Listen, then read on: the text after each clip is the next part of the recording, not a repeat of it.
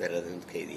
Sir Gnanasekaran அந்த அண்ணா பல்கலைக்கழக ஞானசேகரன் வழக்குல வந்து அந்த ஞானசேகரன் மட்டும் தான் வச்சு குற்றவாளின்னு வச்சிருக்காங்க. அந்த யார் அந்த சார் யாருன்றதை இப்போ வரைக்கும் இது பண்ண முடியல. ஆனா அதிமுக ஆட்சி வந்தா அந்த சார் வந்து கண்டிப்பா வந்து கவுண்டில் ஏற்றுவோம் அப்படின்னு இபிஎஸ் சொல்லியிருக்காரு.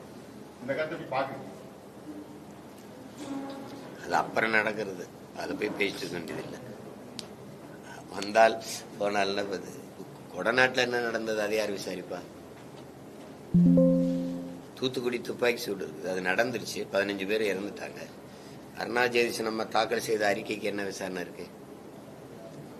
சும்மா சொல்றதா. இப்ப இவங்க ஆட்சியில் இருக்கும்போது நாங்க வந்தாலும்பாங்க, நாங்க வந்தா தூத்துக்குடி துப்பாக்கி சூட்டுக்கு ஒரு விசாரணை நடத்தி உடனே கொண்டு வருவோம். நாங்க ஆட்சியே முடிய போகுது, 2 மாசத்துல கொடநாடு கொலை வழக்கு விசாரிச்சு நீதியை நிலைநாட்டுவோம். நாங்க எங்கிட்டு நாட்டுறாங்க?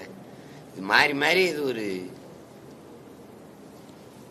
எங்க ஊர் நம்ம கிராமங்களில் எரிஞ்ச கட்சி எது எரியாத கட்சின்னு ஒரு பாட்டு கச்சேரி நடக்கும், அது மாதிரிதான் இது. அது அப்பவே மூடி மறைச்சிட்டாங்க இவங்க. யார் அந்த சார்னு இவங்க சட்டசபையில் பதாகை பிடிச்சாங்க, எல்லாம் பேசினாங்க, சுவரொட்டிலாம் ஒட்டி தான் பார்த்தாங்க. அது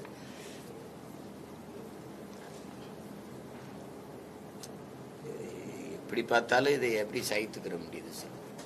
அரக்கோணத்தில் ஒரு தங்கச்சி பாதிக்கப்பட்டவ காவல் நிலையம் ஒவ்வொரு இடத்துக்கா ஏறி ஏறி மண்டாடுறா. அது ஒரு வழக்காக்க கூட முடியல இந்த நாட்டில்.